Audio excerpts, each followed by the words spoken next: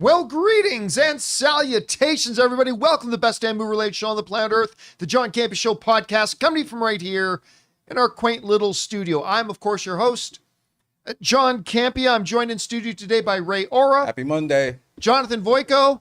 Hello. And we haven't had a Friday show in like 3 weeks, so Chris Carter was kind enough to come in today. I'm here to jump scare you. So Hi. Chris is here on Monday, and most importantly, you guys are here. Thank you so much for being here, making this little show part of your day. Here's how the show's going to go.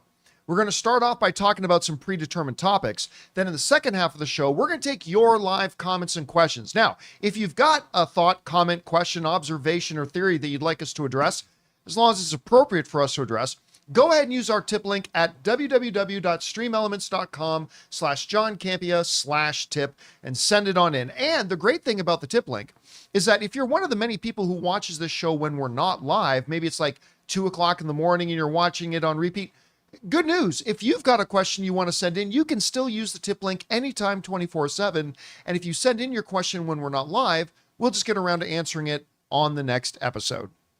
Okay, guys, listen, it is a full packed Monday. So we've got a few things that we need to get into. Now, before we get into our main topics, I do want to mention this. Some of you guys will remember that about a week ago, we did a story on the show about how Paramount, a studio I adore and love and cheer for all the time, that they did something profoundly, ignorantly stupid, and that they were going to release their new film, Quiet Place Day One, like 30 to 32 days after it debuted in theaters up on Thing. And I basically spent 10 minutes ripping Paramount a new one. What?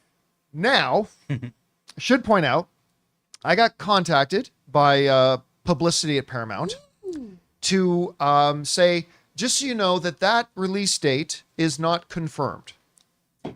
They did not say it wasn't true. They just said it was not yet confirmed.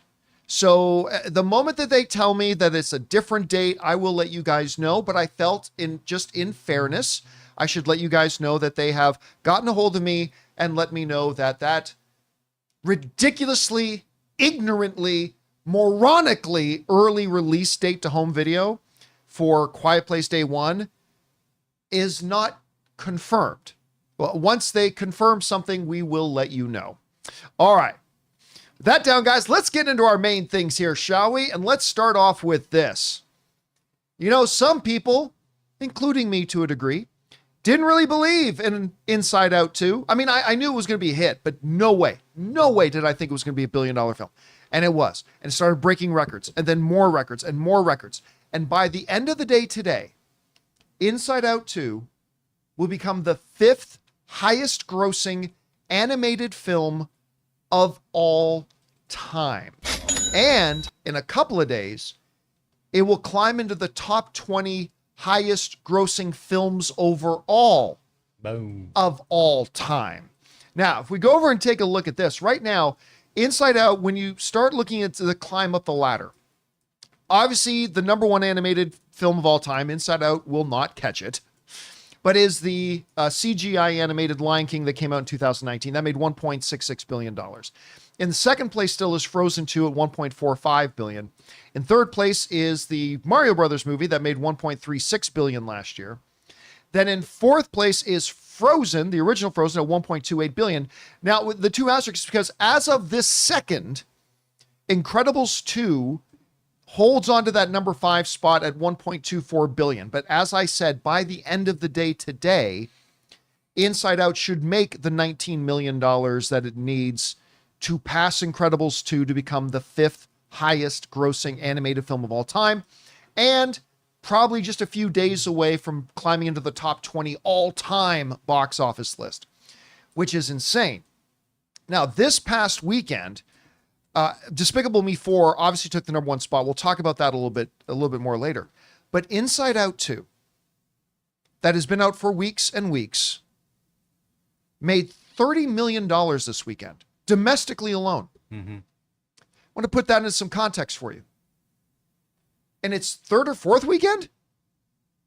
I'll say third, but Ray, correct me if I'm wrong. Was this his third or fourth weekend? Regardless, in its third or fourth weekend, Inside Out 2 made more money. This is 4. This is fourth weekend. Yeah. On its fourth weekend, Inside Out 2 made more money at the box office than Furiosa made in its opening weekend. Boy. Ooh. For further context, it made more money on its fourth weekend than Fall Guy made in its opening weekend. Again, completely undeserved because I love Furiosa and Fall Guy, but there we have it. That is the kind of run that Inside Out 2 is having. Inside Out 2 took a 50% drop with Despicable Me 4 coming out. And by the way, Despicable Me 4 made an ass ton of money too. But it's just crazy, number one, that this thing came out so strong, almost doubling its box office projections for its opening weekend, and now has proven to have insane legs. Chris, you've seen Inside Out 2. Yep. You really like Inside Out 2. Did. What is it about this film that, I guess on both counts, number one, had it had such a big opening, but what is it about it that has had it just have these legs? Because we've seen good movies not have this kind of legs. Why is this thing continuing to be successful week after week after week? You know, I think it's a lot of the same thing we had with the Mario Brothers movie. Is it's a very rewatchable film. I've gone back and that's a good seen this in point. theaters again, because I know you were saying when this first came out, Jonathan, how much you liked this one more. And on my second watch, I went, "Yeah, this is a better movie. Yeah. It really grows. It's really great." When I first saw the film, it was so lovely seeing all these families having little discussions off afterwards of, "I can't wait to talk to my son about how, you know, now I can just say, hey, let's take anxiety off the console for a little bit," or "I can't wait to be able to explain this to my kid about how I feel anxious and it's not their fault because it's not a bad feeling. It's just something I have." And I think that's one of the things that makes this film so beautiful is that there's no bad emotions. Just sometimes we need to give them a break from the console. And I think that's why people keep coming back to it too, or at least the word of mouth is getting out there. I know we had a few viewers too, you know, around my age who were nervous about seeing this without kids, going and seeing it on their own. And I think enough people have talked about it that now anyone who has that slight tinge of anxiety is like, no, I need to see this so I can also do something for my mental health today. So I feel like people are just getting the word out. People are revisiting it again. And for good reason. It's a fabulous film. I Yeah. love seeing it. And happen. it is not a kid film. No. It is a kid-friendly film Exactly. that deals with a lot of adult issues. And it's just a fabulous, wonderful film. How big can it get? Who knows at this point? I mean, it's not going to crack the top 2 or 3, but it's still got some legs going. Question is for you guys. Whatever you think, jump down into the comments section below and let us know your thoughts. All right, guys. With that down, let's move on to this, shall we? You know, with Inside Out 2, like doing all the damage that it's doing at the box office, you would have been forgiven if you maybe forgot that another big animated franchise was coming out with its next installment with Despicable Me 4 that came out. A movie that Ray didn't love, and the critics didn't love as much as maybe some of the other ones, but it does have an A cinema score. And get this, with $100 million budget, this movie in its first 5 days domestically had a $122 million opening long weekend. And in its first 5 days, made $230 million worldwide on a $100 million budget. This comes to us from the Hollywood Reporter, who wrote the following.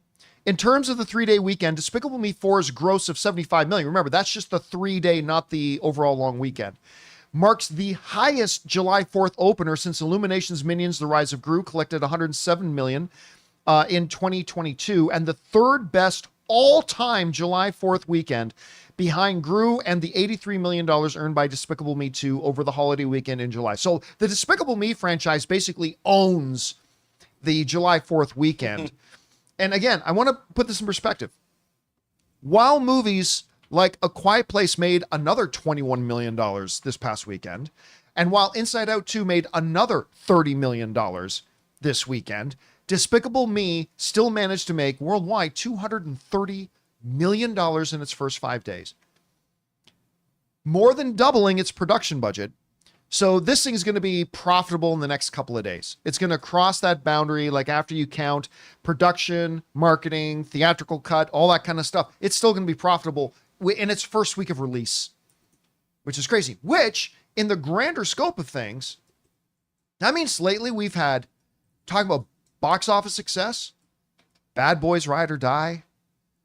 We had the great opening and now continuing running of Quiet Place Day 1. Obviously, Inside Out. Despicable Me 4 is now on that list. And a couple of others that have performed really, really well, which is going to further that conversation that people have been asking. I did an open mic yesterday, Chris, and sure enough, somebody asked, okay, with this movie and this movie and this movie and this movie all doing really good, is the box office back? And what I said to that, and I'd be curious to know what you think. I said, I think we as film fans have we are overly influenced by recency. So I said, like, Furiosa and Fall Guy did badly. And everybody's like, the movies are dead. The box office is dead after, a short period of time.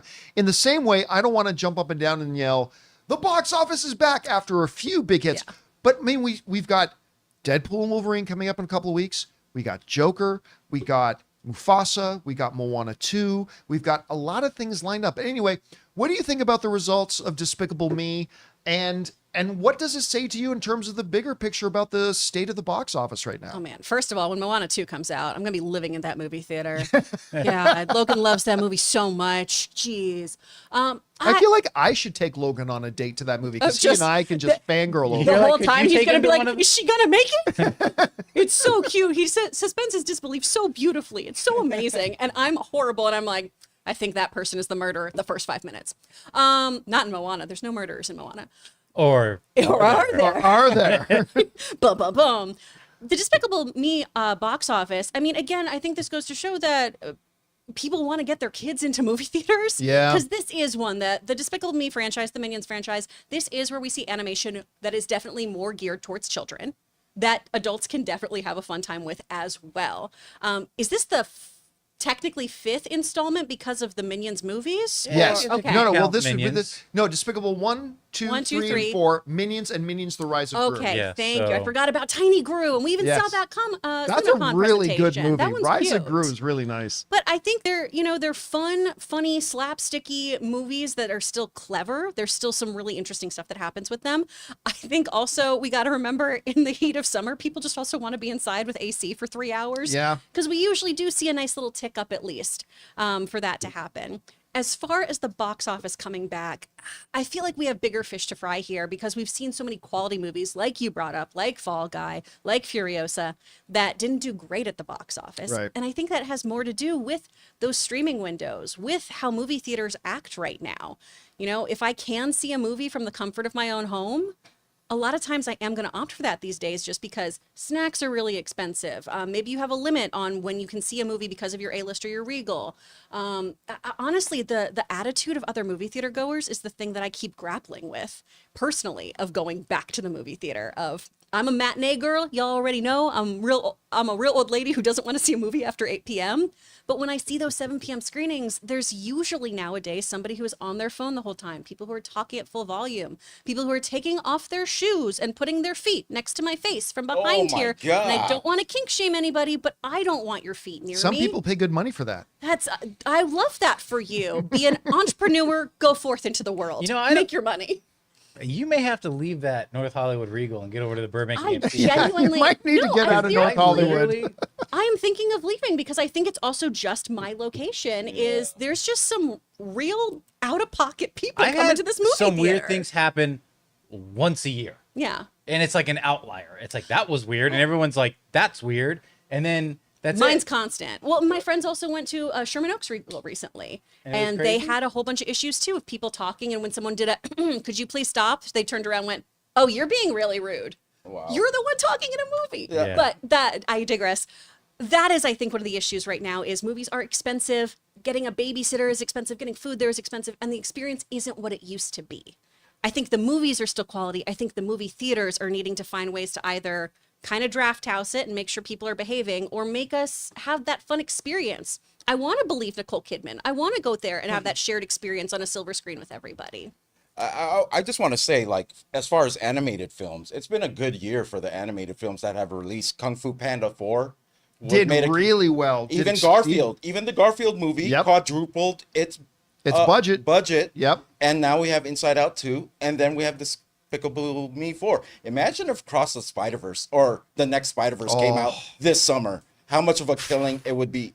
it would make. I mean, it's just good news for people who are fans of animation that they're all succeeding. Every release so far this year, it's great news. And we still have Moana 2 Moana coming. 2. And by the way, Now with murderers. Lord of the Rings, War of the Rohirrim. I'm so excited. And we're What do you hearing consider God. Sonic 3?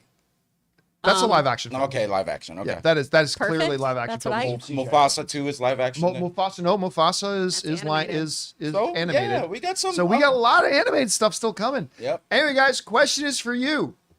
What do you think about this? The box office continues to be on a roll as Despicable Me 4 comes out, makes $230 million worldwide in its first 5 days. What do you think that says about the franchise? What do you think it says about the state of the box office right now in general? Whatever you guys think, jump down to the comment section below and let us know your thoughts. All right, guys. With that down, let's move on to this, shall we? Last night was the newest episode of House of the Dragon. And I debated about whether or not to go into full open spoilers here, but I think I will save that for an open mic. Except to say that, you could tell from the preview leading into this episode that we were going to get dragon action. I mean, that we were going to get it. We knew that that was coming, all that kind of stuff. All I will say is that while watching the episode last night, at least 5 times, I screamed out, "What the fuck?" And "Oh my God." And "What?" And several iterations of that. There was a lot of "Oh my gods." And the best parts again, and this is what makes the shows in the Game of Thrones world so great. The best parts of the episode weren't even the dragons fighting. It was the backroom conversations. It was the conniving. It was the posturing. It was people being humiliated. Other people having, like Damon, having a fever dream. It was a lot of unbelievable stuff that I just could not believe. And it felt, this is episode 4.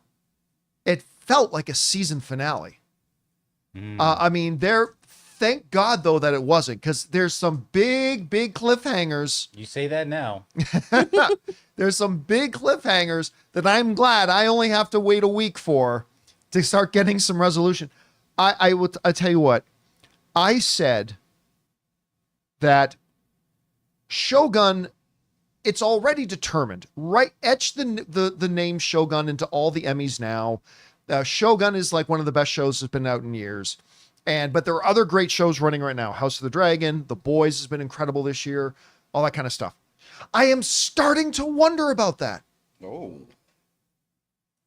This show is getting so good this season that I am starting to wonder. Again, if today the Emmys were today, I'd still say give all the awards to Shogun. It's just, but 4 episodes in, I now have to go, you know what? Maybe I better hold off on that until I see the full season, because this thing is getting so good. And I will just say this. Damn it. One of my favorite characters. That's all I'm going to say. Damn it. One of my absolute favorite characters on television. Damn it. We'll talk more about that on an open mic later. This show has become super stressful to me. I'm after watching it, I've just been feeling all morning long just defeated a little bit. It just feels, I'm trying not to get in this. It feels like what I want is not happening, and it feels like all the odds are stacked against me and my team. That's all I gotta say. Wow. And the rats are becoming bigger rats. They're becoming stronger, powerful. Wait a minute, did you see last night's episode? Yeah. Okay. It feels like I'm already down. Why do you know what I mean? Like, why do you got to kick me? It's like, I don't see any way this is going to turn. Hang in there. Yeah. Like I said to everyone this morning before we went on, this is my first time experiencing the Game of Thrones roller coaster. because I never you didn't watch watched the original series. I never watched the original series. You did see House of the Dragon season 1, but Yeah, not yeah. the original Game of Thrones But series. it feels like every episode, something's gonna happen that I'm not gonna like, and that just keeps happening. I don't know how we're gonna turn the tables right now. I just don't know. I just feel defeated. I don't know if I'm gonna watch the next episode or not. It's amazing when a show can elicit such emotion. But that's the thing, right? When I say it about movies, it's true about TV too. Movies, television, this narrative on-screen entertainment are meant to be experiential events. And House of the Dragon is nothing if not experiential. Because you feel. And this last episode last night, man, I'm watching this show and I'm having all the feels and all the excitement and all the rage and all the sadness and all the wonderment. I cannot wait for next time. Guys, we'll have an open mic either tonight or tomorrow, and we'll go into a full spoiler discussion. But oh my God, this show's getting so good. Can't believe it. Question is for you guys. Did you have an opportunity to watch last night's episode of House of the Dragons? If so, what did you guys think about it? Jump on down to the comments section below and let us know your thoughts. All right, guys.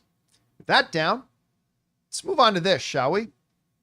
You know, one of the shows, despite my very mixed bag feelings about Disney Plus shows, I feel like their Star Wars shows have been hit like Mandalorian and Andor, but mostly miss. You know, Mandalorian season 3, Book of Boba Fett, Ahsoka, the show I have tapped out of, Acolyte. But Marvel's Disney Plus shows have also been a bit of a mixed bag. They've had exceptional shows, like obviously WandaVision, which is their gold standard. Ms. Marvel, which I absolutely adored, but they've had a lot of struggles on there too. But I have been vehemently excited for Agatha all along because I love Catherine Hahn and I loved the Agatha character in WandaVision. And I thought there's so much potential for that. Well, today they dropped the first trailer for Agatha all along. It's not Deadpool 3. I loved it though. I watched this trailer and just the last, I think it was Aubrey Plaza's voice, just at the end, as the one girl's doing the stereotypical horror movie backward crab walk. Oh, wait, where's she going? Where's she going? I don't know why. Every time I heard that, I watched it the first time and that line, where's she going? I cracked up. And then as I'm sitting in the studio, Jonathan's watching the trailer over there another time. And it got to that part. And I just started cracking up again. I love it. I love the fact that it starts like a CSI procedural murder show or whatever. I kind of wish they didn't reveal that twist, but at the same time, I kind of get you can, because I don't think that's much of a, that's probably like the first episode. I don't even think that's the first episode. I think that's the first 10 minutes of the first episode. It's not really a twist knowing that Agatha gets her groove back, because you know what? It made sense. Gets her groove back. It makes sense. Just slip that in. Because like at first I thought, oh, just like that, she gets her memories back. But then, oh yeah, the witch who put the spell on her is dead. She should be able to break this spell fairly easily. So I'm like, oh, okay, I'm okay with that. I'll tell you what though. I thought it was great. It gave everything. It's the full personality of Agatha that I was looking for, because I loved Agatha in WandaVision. And so while I have very mixed feelings about Marvel's Disney Plus offerings, this is the one that I'm really looking forward to. And I thought the trailer was great. Because you had a chance to see. What did you think? Yeah, well, and I mean, we've got Jack Schaefer on board for this one as well, Yes. the creator of WandaVision. So that should give everyone this nice boom of confidence here. It's fun. I do wish, and I plan to show other people this trailer without saying it's Agatha all along. Because in the first 30 seconds, you wouldn't know. Exactly. I can't wait to just be like, oh my gosh, check out this new show. And then, oh, great, fun.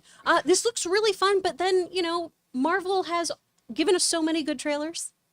Disney Plus has given us so many good trailers, and they don't always stick the landing on a show. No, they do not. So while I am cautiously optimistic as always about this, the proof is going to be in the pudding. I'm excited to see a little bit more bits and pieces from this. I love this cast. I mean, Patti LuPone? Are you kidding me? Aubrey Plaza in there. So Samita is in there. Do we know, by the way, because I was trying to get an actual confirmation on this, is Joe Locke playing Wiccan, or is that just a wild fan theory right now? Is she playing? Joe Locke, the boy in it, the gothic boy who releases her from What do you this mean? place. Is he playing Wicked? Is he Wiccan? Oh, is he so Wiccan? Not the religion. I thought you said, is he wicked? As No, in, is he is he wicked? Wiccan, Is the he wicked? character? Oh, that's a good question. I don't know. I haven't read anything Okay, about chat. Some of you are saying he's Wiccan. I mean, Okay. I was. that. But I not would the assume- character Wiccan. Is he playing the character? I what would they're assume asking. that he would be the character Wiccan. But Wiccan doesn't exist. But magic and comics and But and Wanda's also Wanda's dead. not dead. No, she's not. Oh, No, she's gone. she is not dead. No one's ever dead. No one. I thought she's it never was going to come be back. Wiccan just based on what I read, but after watching the trailer, I'm like, I don't. Think You that's guys Wiccan. think that's the trailer, but that's actually episode 1. I mean, there you go. That's the whole they're going for the That was 2-minute it. episodes this There you season. go. Yeah. There's Wouldn't gonna it be funny 30 of though them. if everything that was in the trailer was literally just from the first episode? That would be great. I I mean, I don't have that feeling, honestly. but who knows? Yeah. Aubrey Plaza in this trailer, it just kills it. I think this is a type of show that I want to see her in. She seems so perfect for whoever she's playing. I don't know who she's playing. But you remember her when she was in Legion? Yeah, she was Like, great in that too. You know, it's still it doesn't matter. Here's the problem. It's no matter what Greg Kinnear ever did for the rest of his career, he will always be Captain Amazing to me. Like that will never change. It doesn't matter what he does and everything like that. But like Aubrey Plaza, I still watch Parks and Rec at least 3 times a week. She will always be April. She'll always be April to me. So it's kind of funny when I see these, I kind of look at us like, but you know what the funny thing is? She could very well be April It's in true. this. Like 10 years later, April has literally become a witch. She would be fulfilled her so dream. happy She'd if be that so happened. happy. This Oh is her my dream gosh. to actually be a witch. New headcanon. I like it. Anyway, guys, question is for you. What did you think of the Agatha All Along trailer? Hey, listen, I completely agree that Marvel's Disney Plus stuff is at best hit and miss, and often not a lot to get excited about. But this is one for me that I'm really kind of stoked for. What did you think about it? Whatever your thoughts are, jump down to the comment section below and let us know your thoughts. All right, guys, listen, we still have a bunch we need to go over. We need to talk about apparently that Arkham Asylum series at Max canceled. Jason Momoa, there's a report going around that he's going to be Lobo in the Supergirl movie. Valid, not valid, whatever. And there was a special fan screening of Deadpool and Wolverine in China. And the reaction to it was, and this is the report coming from their news outlets in China, constant laughter and applause. We're going to talk about that and a few things more. But before we do, we're going to take a couple of seconds here and thank a couple of sponsors of today's episode of the John Campea Show podcast, our friends at Manscaped and Miracle Made. Guys, we want to take a second and thank a sponsor of today's episode, Manscaped. Sizzle alert, this summer, let the only thing that's smoking at your barbecue be the grill, not your grooming game. Get ready for the ultimate cookout season with Manscaped. Whether you're flipping burgers or cannonballing into the pool, make sure your meat looks neat with the Performance Package 5.0 Ultra. Head to manscaped.com and use the code CAMPEA for 20% off and free shipping. Now, come on, guys, if you're like me, you used to do your grooming the old barbaric way. You know, using the clippers on your electric shaver? It never did a good job and always left me screaming out several profanities. So like me, you know that you need the Performance Package 5.0 Ultra. The Lawnmower 5.0 Ultra is perfect for achieving that crisp, clean, and confident look for your barbecues and beach days. The Weed Whacker 2.0, guys, keep your ears and nose as tidy as your hedges next door with our Weed Whacker 2.0 ear and nose hair trimmer. And you get Crop Soother Ball Aftershave Lotion, Crop Preserver, Anti-Chafing Ball Deodorant, and Boxers 2.0, the ultimate supplement to those hot summer days, equipped with the signature jewel pouch to protect your meatballs wherever the heat takes you. So get 20% off and free shipping with the code CAMPEA at manscaped.com. That's 20% off with free shipping at manscaped.com and use that code CAMPEA. Manscaped, the perfect way to get your patties sizzling hot this summer. Guys, we want to take a second to thank a sponsor of today's episode, Miracle Made. Guys, it's hot outside and your nighttime bedroom temperature has a huge impact on your sleep quality. So if you wake up too hot or too cold, I highly recommend you check out Miracle Made's bed sheets. Miracle Made sheets are inspired by NASA and use silver-infused fabrics that are temperature regulating so you can sleep at the perfect temperature all night long. There are just so many things that make these sheets so fantastic. We already mentioned the self-cooling properties for better quality sleep, but they're also self-cleaning. These sheets are infused with silver that prevent up to 99.7% of bacterial growth, leaving them to stay cleaner and fresh 3 times longer than other sheets. No more gross odors. So go to trymiracle.com/Campea. That's TRYMIRACLE.com/Campea to try Miracle Made sheets today. And whether you're buying them for yourself or as a gift for a loved one, if you order today, you can save over 40%. And if you use our promo code Campea at checkout, you'll get 3 free towels and save an extra 20%. Miracle is so confident in their product, it's backed with a 30-day money-back guarantee. So if you aren't 100% satisfied, you'll get a full refund. So upgrade your sleep with Miracle Made. Go to trymiracle.com/Campea and use the code Campea to claim your free 3-piece towel set and save over 40% off. Again, that's trymiracle.com/Campea to treat yourself. Thank you, Miracle Made, for sponsoring this episode. And thank you to our friends at Manscaped and Miracle Made for sponsoring today's episode of the John Campea Show podcast. All right, guys. With that down, let's move on to our next topic here, shall we? You know, for those of you who may not have heard, a number of years ago, they announced that we were getting a new Max series that was going to be connected to the Matt Reeves Batman franchise. Not Penguin, that is coming. But originally, the idea was going to be this Gotham police kind of show. That was like back in 2020. Then a couple of years later, Matt Reeves said that's evolved into a show about Arkham Asylum. Now, then James Gunn and Peter Safran took over, said the show is still in development. Then later they said it's still in development, but now instead of being connected to Matt Reeves' Batman, it's going to be connected to the overall DCU, the new DCU. Well, now all that's gone because according to this report in the wrap, the Arkham Asylum series is now no more. It is gone. Bye-bye, which, you know, isn't going to catch a lot of people by surprise because there has literally been no word about it other than every year or two. Oh, now the project is going to be this. Oh, now the project's going to be this, but never actually any real movement. They had somebody on board as a showrunner who was never really able to come together. And I'm going to be honest with you. I was interested, not super excited. I was interested in an Arkham Asylum series when it was going to be connected to the Robert Pattinson Batman. Because an Arkham Asylum series in that world seems a lot more tantalizing to me than in a DCU that we haven't even seen yet, right? And you know what? With all the new DC content coming out, it might be good for them to not oversaturate the Matt Reeves Batman universe. I mean, because we've already got Matt Reeves' Batman. We're going to have part 2 coming out. We've got Penguin coming out. So at the end of the day, even though I know there was a lot of interest when it was first announced, but the fact that nothing's happened in so long, it might actually just be for the best that this is happening at this point. They can focus on the projects they do have. So I know it's going to be disappointing to some people, but I think if you ask most people, do you really think it's going to happen? I think most people would have said last week that probably not. Anyway, Chris, you heard about this. Were you surprised to hear it's been canceled? Were you looking forward to yourself? What do you think? Not surprised, but I was looking forward to this. I remember when this first just got announced and we didn't know details. You know, people were making the comparisons of maybe this is going to be like Gotham Central, that wonderful 2002 comic run from Ed Brubaker.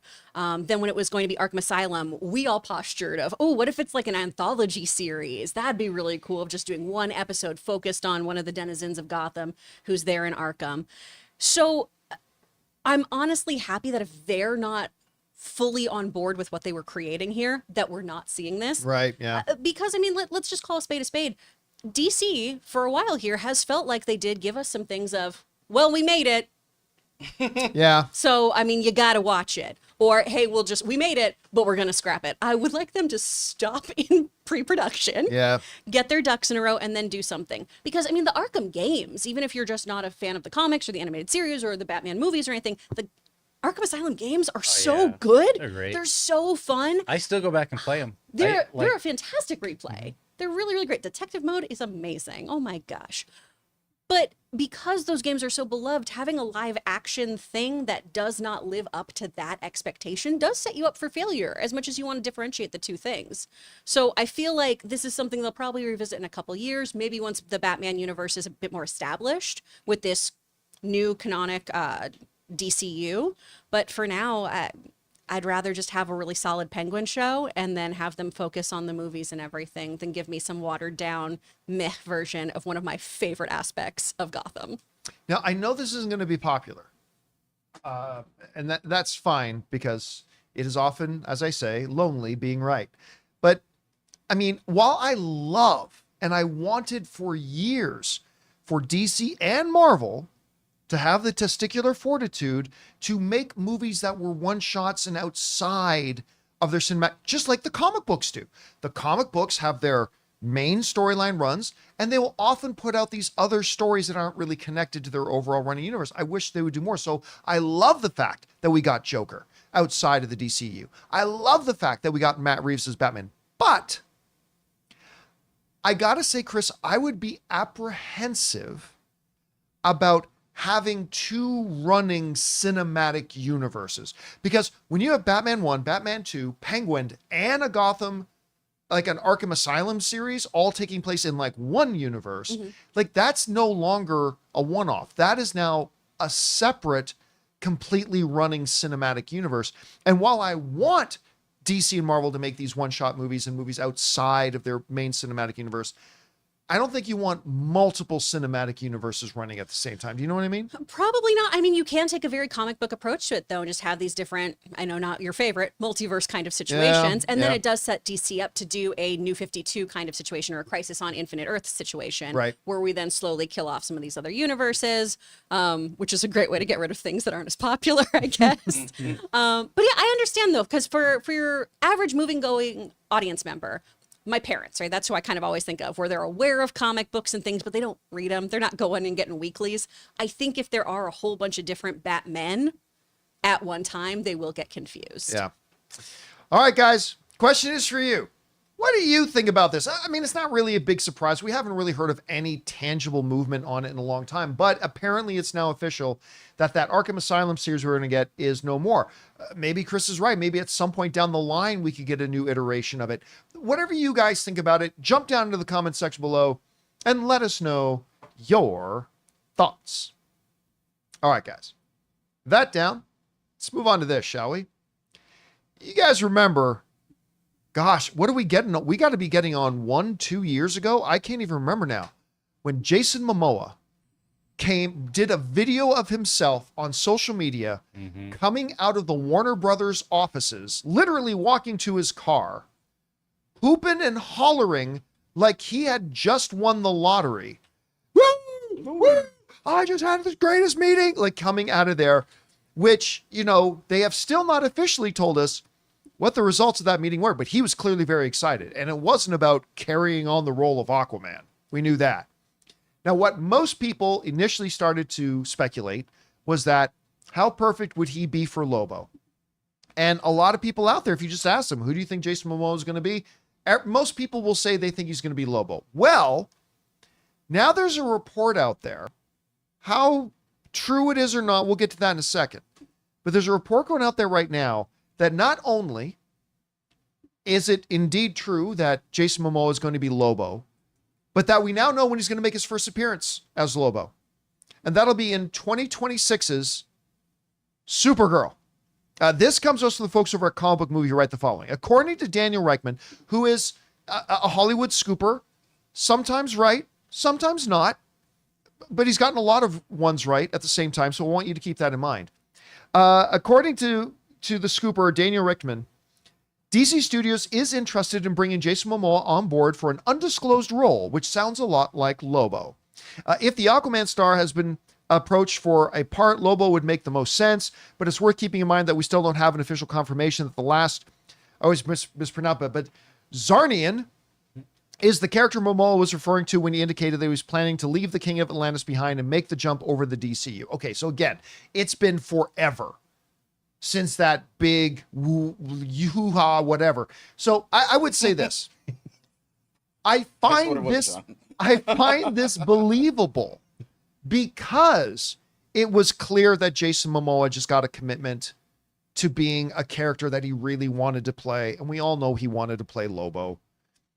And it's been a long time. We knew we wouldn't know until the DCU, the new cinematic universe of DC, got up and running. Well, here we are. They're shooting Superman right now. We got, Millie Alcock? Mm-hmm. Yep. From House of the Dragon, who's been back in the House of the Dragon the last few episodes, which has been good to see. She's our new Supergirl.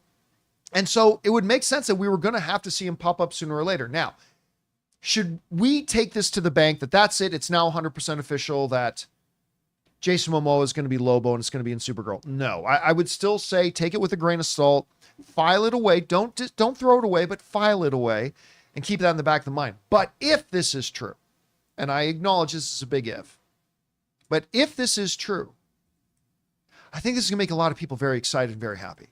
Because I think everybody wants to see Jason Momoa as Lobo, to the point that it's gotten, like, it's difficult to imagine anybody else playing that role. Like, that's how synonymous it's become with fans now, that people just so assume it's going to be him that it's difficult to imagine somebody else other than him playing the role. And then it's got to be in a movie with a Kryptonian, right? So you would think, some people speculated, I even thought it was a possibility, maybe he makes his first appearance in Superman, but it would make sense for it to be Supergirl. Anyway, Chris, you hear about this. First of all, let me ask you, do you think the report is valid? Oh, yeah. And then, assuming it's valid, what do you think about Jason Momoa as Lobo and popping up in 2026 in Supergirl? Oh, man. I mean, I definitely think he's Lobo. I 100% think he's Lobo. Remember when we all were going, what's Mastodon? What's that social media? And Jason Momoa got on there and made Lobo all of his photos and everything. Yeah. Like, we've been speculating on this for years. He'd be perfect for it. And he loves this character. He's absolutely not tried to hide his love for this character. And he'd be so great. So I think he's 100% him. I would take that to the bank. Ooh. Him appearing in Supergirl is actually a really cool Easter egg. So in Supergirl, Woman of Tomorrow, the comic that most people are speculating that the Supergirl movie is going to be wildly based on, like that's where they're mostly going to pull from. Originally, that was supposed to be a kind of two-partner story with Supergirl and Lobo. But Tom Right. King got talked out of having Lobo in there, where it was, hey, no, let's make this True Grit, and this is going to be your Rooster character. Let Supergirl be Rooster. Get rid of Lobo. So it'd be a really neat kind of inside baseball moment to have Lobo appear in this story that he was originally intended to be in some kind of way. Right. So I love that detail. It also just is a great way to introduce this character, have him pop in there. It makes sense for him, like you were saying, to be dealing with another Kryptonian. I think it'd be a super fun time. And also for anyone who, for some reason, has not figured out who Millie Alcock is. I don't know where you've been. I don't know what's going on. But having that little boost of having Jason Momoa in this story could also help that box office just a little bit. I know most of the time these characters, the IP, it speaks for themselves, but I don't think having Jason Momoa in a movie is a bad idea anytime. He classed up frickin' Fast X or whatever that is. He was the only good thing about that movie. The Dante scenes are the only ones I've watched. Yep. All right, guys. Question is for you. What do you think about this? A new report coming out, whether it's valid or not, we'll find out, but is claiming that it is indeed going to be Jason Momoa as Lobo, and he's going to be popping up in Supergirl in 2026 with Millie Alcock. Do you like the idea? Do you not? Do you think there's validity to this? Whatever you guys think, jump down to the comment section below and let us know your thoughts. All right, guys. With that down, let's move on to this, shall we? You know, we are now, what is it, Ray? 18 days? 18 days. 18 days. Or is it 17 days now? To the 25th. 17 days. 17. Oh, sorry. 17 days until You don't Deadpool need and to know math, Ray. Wolverine You're gorgeous. hits theaters. 2 weeks and 2 days until we get this movie in theaters. Super excited about it. Cannot wait. So stoked. unbelievable. And we saw some footage of Deadpool and Wolverine in CinemaCon that made us and everybody in that theater laugh their ass off. I remember I was sitting next to the executive vice president of global marketing for one of the major studios that is not that is not Disney.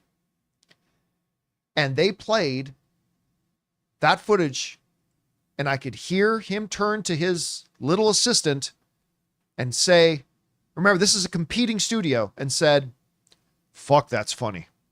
And that was the reaction of a high-level executive at another studio when they played that stuff. Then for us, it was only about 7 or 8 minutes, 9 minutes of footage they showed. Yep. Well, in recent days, they did a fan screening in China, a place that a lot of us couldn't believe that Deadpool's even been given the go-ahead to release there. But they did a fan screen in China showing 35 minutes of the movie. And according to Chinese media, they said the reaction was that of constant laughter and applause. This isn't Disney's publicist saying this. This is like the Chinese government media thing saying, well, shit, our people love this movie. This comes from the folks over at CBR who wrote the following. A group of Marvel fans were treated to a 35-minute sneak peek of Deadpool and Wolverine when director Sean Levy, alongside actors Ryan Reynolds and Hugh Jackman, visited a small theater in Shanghai, China, as part of the film's global promotion tour. The footage, and this came to us from China.org, who wrote, elicited constant laughter and applause. I was shocked and incredibly excited that China welcomes Deadpool particularly like this. This is my favorite Deadpool movie that I've ever been a part of, Ryan Reynolds told attendees via China.org. Now, later on, it writes this, the biggest laughs came from the film's cynical irony, blunt self-mockery, and jokes about Disney and 20th Century Fox. Remember, we've all been saying, a lot of you guys have been saying too, that we think Deadpool is going to be particularly savage on Disney. We think they're going to be, and according to this, it sounds like they are. Now, this is where it gets really neat, because the director, Sean Levy, said some stuff, and they wrote this. With Deadpool and Wolverine promising so many elements, Sean Levy, the director, previously recommended repeat viewings to properly experience the film. He said this, there are going to be moments that the audience are going to love, but I'll also say there are moments where they are going to lose their damn minds. Like that times 10 billion, the director explained. Which is not a number, but I'm using it for hyperbole. There are some moments in this movie that if you can even hear the dialogue over the laughter, we've failed. So, now they go on to say, again, they're highlighting the fact, like they told us at CinemaCon, the reason they only showed us like 8 or 9 minutes is they said there is literally so many surprises in this movie that we had to work really hard to find 9 minutes that we could show.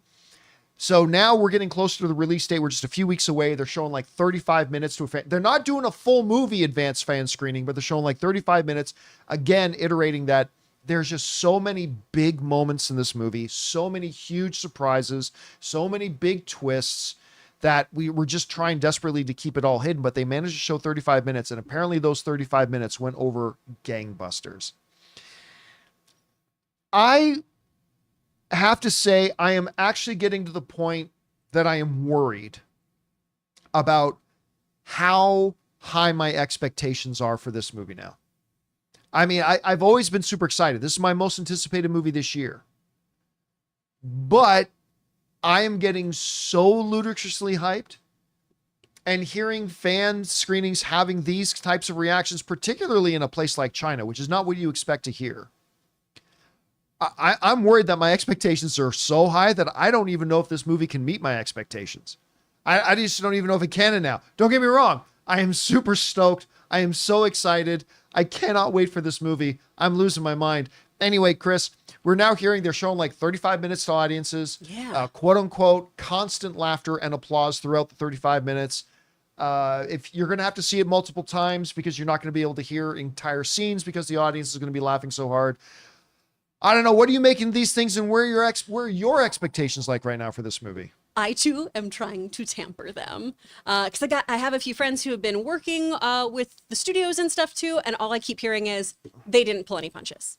You're gonna like this, and that's all they've been able to say to me for fear of being darted by Disney. I'm really excited about this movie. I'm a big fan too of Deadpool Kills the Marvel Universe, and I feel like that's what we're getting here is a lot of that kind of energy. I love these two guys together. I love that they get to be on screen in a way that they both want to be, because while I am a big apologist for a lot of the Wolverine films, dear sweet baby Jesus, that Wolverine Origins one was so bad. So bad. Oh, that third act fell apart. It was horrible. In my opinion, if you love it, hey, I love that you found joy in that. That's amazing. I didn't. I wish I did. I'm really excited about this one. I think it's going to be so fun. I can't wait to see it myself. I can't wait to see it multiple times. I will not even be mad if I miss a line because of uproarious laughter. I am realizing though, I was making plans to see this with my friends, and I'm gonna be at Comic-Con when this comes out. Oh, That's right, because it opens up the same weekend as Comic-Con. So I'm trying to figure out when I'm gonna see it. those showings there are probably They're probably gonna packed. be really They're fun, out. but they'll be packed or And all probably those all people sold are going to out. be like sweaty. The theater's going to smell because everyone's going to be sweaty Oh, from the right, thing. though. And then This is- move in you there. And guys, it's going to be this Having a sense of must. smell is aura. so dumb. Why do you guys do it? Yeah. Get Well, rid of it. actually, Break your nose. Do you have a Break your sense of nose. taste? Because it's going to be so thick, it's going to I'm be. gonna yeah, just get you're that gonna- BO. Just I'm actually curious, Jonathan. Do the girls want to see this movie? Just because it's R-rated thing, I'm just yeah. very curious. As in, I know you're gonna see it, possibly Laura, but the girls, have they expressed any interest in this movie? You know what's funny? Not really. I Even mean, one of haven't them- seen the trailers. one Do of they the know oldest- it's coming out? Yeah, I think so. Oh, One of okay. them probably will, but I feel like overall they kind of started falling off the Marvel train. So it's sort of like, oh, this is happening for them. They have other interests, but It's just I was just curious about that because it's good because I actually didn't age even think demographic. about that. I didn't think about that until you asked, and it's like, you know what? I think I'm the most excited for this movie. It's fun. We had some friends over the other night, and we were talking about, Deadpool. We're so excited for it, and they're like, "Oh, we haven't got our tickets. Would you guys want to go again on opening weekend?" And Anna and I are like, "Well, yes, we would like to see it 5 times opening weekend. So sure, let's find." Couldn't find tickets. Could not find tickets. I mean, for a reasonable hour, we couldn't find tickets where they weren't at work and it wasn't getting close to midnight. We just couldn't find them. So, I mean, now we've got the quorum is saying they're projecting a $200 million opening. The main industry is projecting a $165 million opening, which even again, we talked about this the other day, even if it's at the low end at 165, that smashes the all-time opening weekend box office record for an R-rated film. By miles. I want to make a special request to the community of ours, right? I've been on this every day, but if someone finds out when that popcorn bucket goes on Let us know. goes on sale, please find any way, even if you have to call me at 3 a.m., text me, message me at 3 a.m., just tell me, because I want to get that. And like if you find out where it's available, email us, send us a link, because we want these things are going to sell out. Yeah. Like, there's not going to be one left to have. Because here's the thing too, Ray, I hate to say this, but I think you're going to be finding these on eBay for like $200 or $300 each. really? Like, Do not buy those. In the first couple of weeks, I think people will get on eBay Yeah. and sell them for like $200 or $300. People are I really gonna do. try. No, don't be that person. Times is hard, but gosh, yeah. no. Mecha Don't scalp Goji- your movie tickets. Mecha Goji is saying, you just go find one on Temu. Yeah, I guarantee you those won't be real. Those ones won't be real. T-Marine.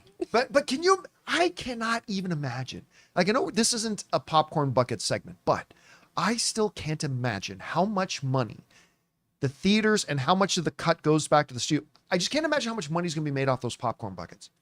Because they're going to be gone. Like there's not, you're not going to walk into the theater and they're going to have any in stock. And also, No. I believe the merchandise is a big part of this movie. It's like I think the Black series, or not the Black series, the Hasbro Marvel Legends for these actual movie figures have been found on the shelves. I mean, this movie is gonna make a lot of money, whether it be just ticket price or tickets, or merchandise. It's Anne gonna make a already lot. bought. Anne already bought her and I matching Deadpool and Wolverine sweater jackets, or not sweater. I like the hoodie. They're Like not hoodies? hoodies. They're zip up. They're Oh, zip yeah. up, but they're kind of hoodies And- zip up. oh yeah. And In And my they look mind, you got amazing. matching cardigans, and I was like, cute. speaking of, did you actually get those Deadpool aviation gin things? Did they actually come in? For you? Right. I got so many of You them. got- you and got- they you were, got Yeah. these? they Yeah, were I'm in telling my you. tummy, I'm telling and I you. had such a fun time. I'm still trying to find my first bottle in the store, and I can't find What? one. Oh, Total Wine. I have it delivered to Yeah, my I house. heard. Oh no, no! I heard they want- have sold I want that. well. You want I to go? want to walk in and take Oh, a picture of like the no. big, all of them like on the shelf, if there's any. I just want to see it in person. I like a nice person to deliver alcohol to my home, and I go, "Thank you so much. Here's my money." All right, guys. Question is for you. What do you think about this? The first audience to see an actual good chunk of the film, the response was fantastic. It's what we expected, but our expectations getting too high. I don't know. I'm a little bit worried about that myself. Whatever you guys think, jump down to the comment section below and let us know your thoughts. All right, guys. It's now time for us to go on to the most important part of our show, which is taking your live comments and questions.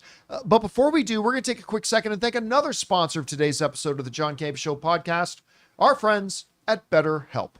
We want to thank a sponsor of today's episode, BetterHelp. You know, guys, it's one of the most unfortunate human tendencies that we have to try to compare our life to others. And social media plays a big part of that. Comparison is like the thief of joy, and it's easy to envy other people's lives because on the surface, it might look like they have it all together on their Instagram or YouTube, but in reality, they probably don't. Therapy can help you focus on what you want instead of what others have, so you can start living your best life.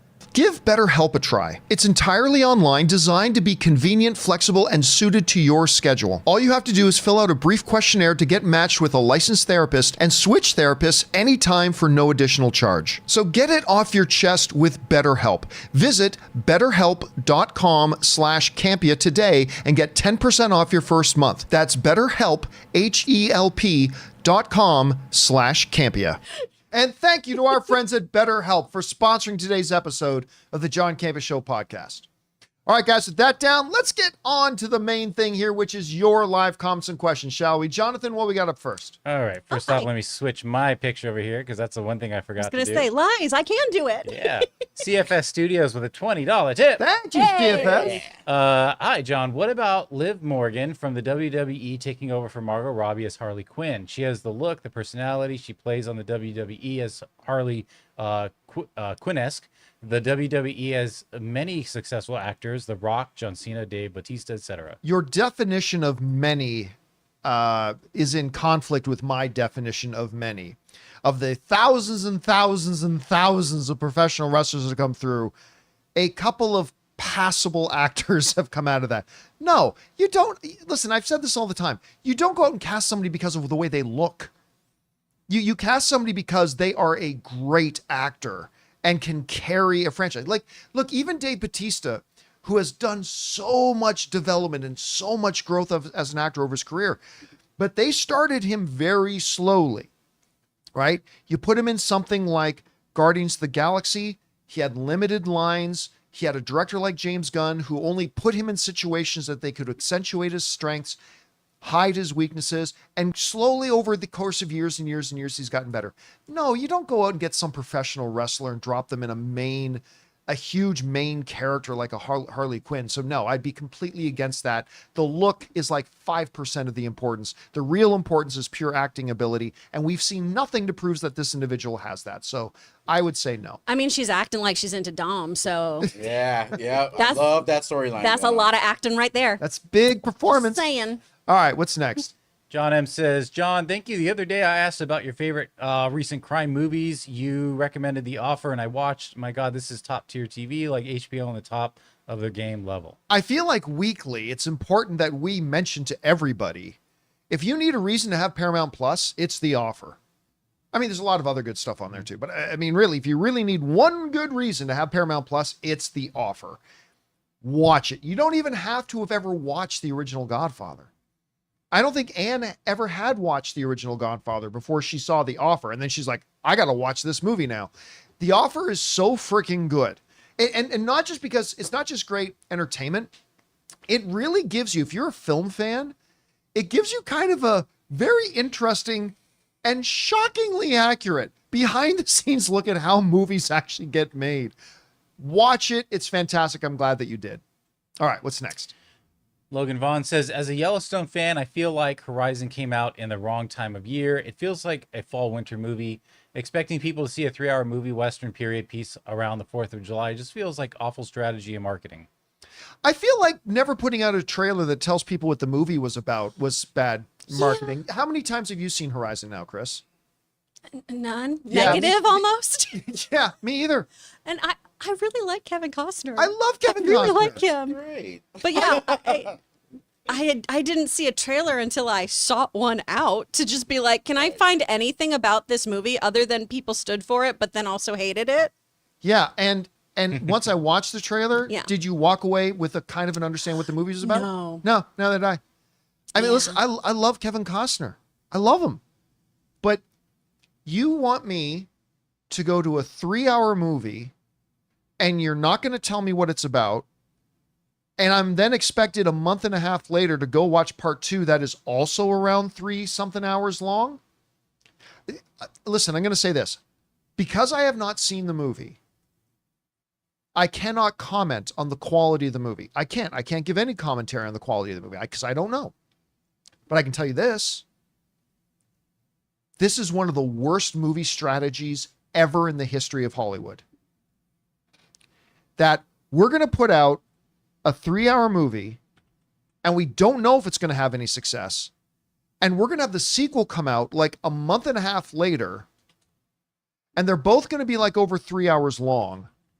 And in our trailers, we're not actually going to tell the audience what it's about. It's in the Old West. That's all you need to know. That's all you unclean sheep need to know. It's in the Old West. If you love America, that should be enough for you. I mean, it's just one of the most idiotic movie approaches because listen, I'm going to go out on a limb right now. I'm going to guess the second one doesn't get released in theaters because who's going to go see the second one? Nobody has gone to see the first one. And only people who have seen the first one can go to see the second one. Yeah. And only 71% of the audience technically likes it. And 47% of the critics liked it. And so it's like, you're going to have a big drop off. The first one's tanked. The first one's bombed. So again, I don't know. This could be the greatest movie of all time. I don't know. I'll just tell you this. It was the stupidest strategy ever for a film. Dumbest strategy ever. Anyway. All right, what's next? We got Logan Vaughn who says, since we got a sequel to Twister, my fingers are crossed that we'll get a sequel to another 90s disaster flick. Pause for dramatic effect. Volcanoes. The old volcano under LA has been dormant for 30 years, but it erupts again, and there are multiple now. But is Twisters actually a sequel to Twister? Not really. I was actually looking forward to Dante's Peaks. Dante's Peaks. To Dante, two peaks. I do really love Dante's Peak, though. I got that a little late, but it's still. I like got that, Dante's Peak. Yeah. I like that one. Listen, I'd be down for another volcano disaster movie. I'm a sucker for these disaster movies. I really am. Even when The Rock was fighting an earthquake. Hell yeah, man. He punched that thing. Yeah. He punched that earthquake in the face. I even like I have a good time with those movies. So I'd totally be down for another one. By the way, getting kind of excited for Twisters. Getting kind of excited for it. I'm not looking forward to it as much as you are. Ride that tornado, baby. Where are the cows? Where? I've heard there is a cow shot. There better be. I've heard there's a cow shot. God. All right, what's Okay, next? Right Guy has a new pitch for us. Spider-Man Go Home, You're Drunk. To be announced, rated PG-13. Directed by Phil Lord and Chris Miller, and screenplay by Phil Lord, Chris Miller, Matt Sazama, and Burke Sharpless. Songs and music by Alan Menken. Alan Menken. Good for Alan Menken. He'd do a great job. What was the title of it? Spider-Man Go Home, You Drunk. By the way, okay, aside from the fact that they're two of my favorite animated films of all time, Into the Spider-Verse and Across the Spider-Verse, that ending with the Mirror Universe Miles. That's basically what it is. It's Star Trek's Mirror Universe. When Miles comes out of that, the Dark Miles, I cannot wait to see where this one goes. I'm so excited for it. All right, what's next? I love Godzilla and Kong. Okay. Says I've now seen Godzilla and Kong twice in theaters and twice on Max. And sorry, but John, Kong did not knock out Godzilla. He absolutely did. No, sir, he says. Kong only knocked him down temporarily. His eyes were clearly still open before finding his second win and then almost killing Kong yet again. No, he was out. Oh, He can was be knocked out out with your eyes and open. while down. And yeah, maybe his eyes were a little glassy, whatever. He's out. In UFC terminologies, the lights went out. And Kong, if he wanted, while Godzilla was prone and helpless and defenseless, Kong could have continued to rain down, ground and pound, dropping elbows and smashing his stupid Godzilla face. But instead, King Kong stopped. It's like, all right, he's knocked out. I don't need to continue to bash this guy's face in. He got up and started dragging, which allowed Godzilla to regain his senses, get back up, and get into the fight. I will say, Godzilla has never been hit with a punch like that before, and that was probably the look on his face, like, what the heck happened from our first fight that caused this? But he got up, John. He did, because he let him get up. Oh God, man. Let's do a separate video where we go over the accounts and Like, interview Godzilla shot and by Kong. shot. Interview the actual kaiju Yeah, that we'll were interview witness the to kaiju. it, the people, and let's get a vote on if Godzilla was actually lights out or He not. was. Kong literally got up and just, while he was laying on, just started to drag him along. He could have continued to beat him to death if he I wanted. heard people there were saying, "Oh, they heard Godzilla laughing a little bit when he was like." Is that all you got? Is that all you got? With your stupid metal fist? Silly ape. Silly ape. All right, what's next? Bring on the filthy says, one of two. I rewatched Pearl and X in preparation for my Maxine tickets tonight. Forgot how great both movies are. John, I know you disliked X, which probably steered you away from watching Pearl, but I recommend you give Pearl the prequel a legit chance. Part 2 says, it's a surreal, demented version of Wizard of Oz with a psychedelic murderous Dorothy. I think you'll enjoy it way more, and it might persuade you to give X another shot. And David Cornsweet is in it, playing a sleazy bohemian of Clark Kent with a porn stash. No. I saw enough. I like X. You know, it's really weird because X, so many people love X, and I'm glad that they do. And it's got, I mean, it's about making a porn movie. There's so much filthiness in it, and that's right up my alley. So you'd think I would love. I literally walked out of the movie. I found it obscenely boring. Well, Maxine, actually, the premise to Maxine actually is very interesting. looks It's really just good. not a theater movie. Yeah, for me. nah. I'm for like, me, no, like at least. it's like I have a hard time keeping up with the things that I am interested in. That I don't like to waste my time with stuff that I'm not interested in.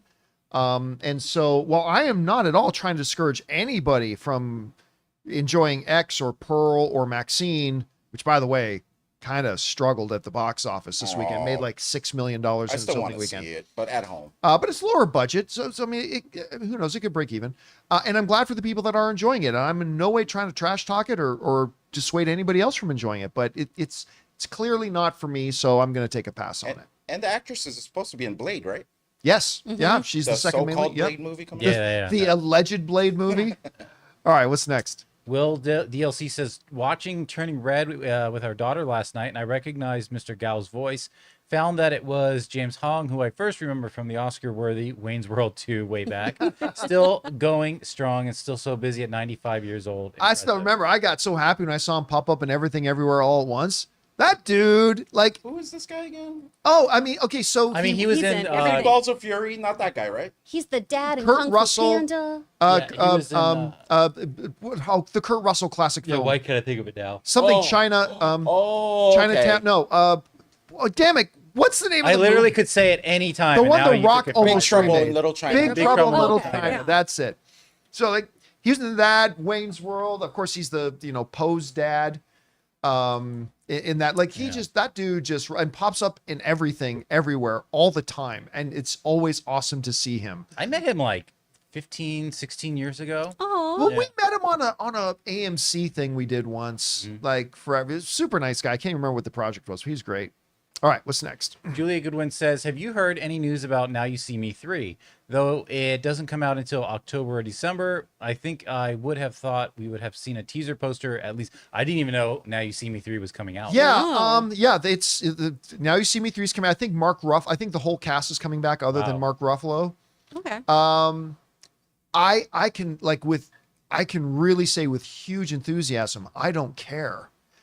I I thought saw the first one, and then I was like the second one I dropped out. Yeah. And I was like, the second one was terrible. The second's not good. I- In the first one, they almost killed Ella Fisher. So I understand why she didn't come back. yeah. But See, oof. here's the thing about it. Like, it went from, there's such a cool potential there to show like how they pull off stuff using sleight of hand and all this kind of stuff. By the time you get like to the end of the first film, I didn't mind the first film.